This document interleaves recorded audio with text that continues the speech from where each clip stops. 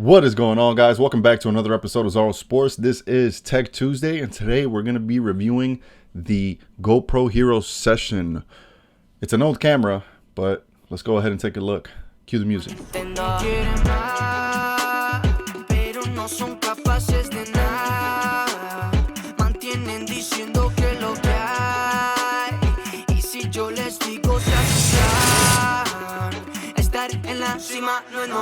Alright guys, so the GoPro Hero Session is a camera that GoPro built, and it was released back in 2016.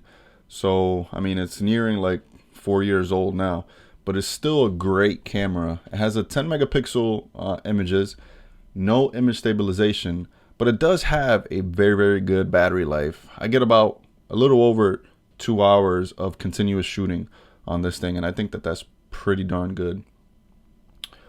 So I've had it since 2018 when I was on a deployment in Kuwait. So I picked it up to start vlogging, and I would take it with me to the gym. So let's go ahead and take a look at some of that footage.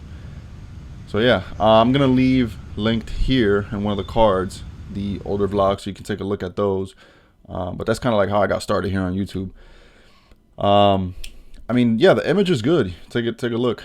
It has a wide field of view. You can actually change that up via the GoPro app on your phone, which is going to be the primary way that you access the functions on this camera. This camera only has two buttons, a button here to start and stop recording, and then a button here for your wireless settings, such as like Bluetooth and Wi-Fi. This is a fun, affordable camera. I've taken it to some other trips. So we have gone to Mountain Creek up in New Jersey, and Charlotte actually had the camera on her bike. She didn't really go down the hills too much, but this was some of the footage that she was able to grab. And I really enjoy it for action shots, especially like something like this where you want a wide field of view. Then this past summer, we also took it to the lake when we were paddleboarding, and she had it strapped to her ankle. And once again, I just love this wide field of view that this little tiny camera can provide. It's a fun camera. It's small. It's less than 3 ounces. So if you ask me, I think it's a good, affordable camera for today. I mean, we're approaching 2020, so as I mentioned, this camera is almost 4 years old.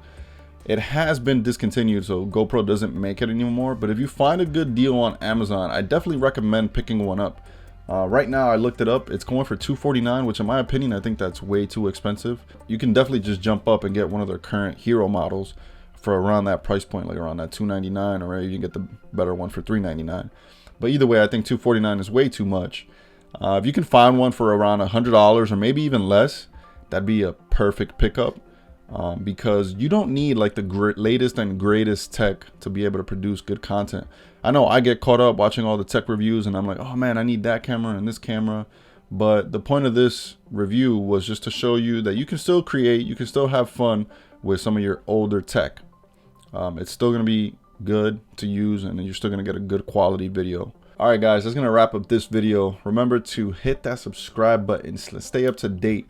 On the next couple of weeks, I'm going to be reviewing some of my gear, which is a little bit older. It's maybe 3 to 4 years old now, but I'm still consistently creating content with it.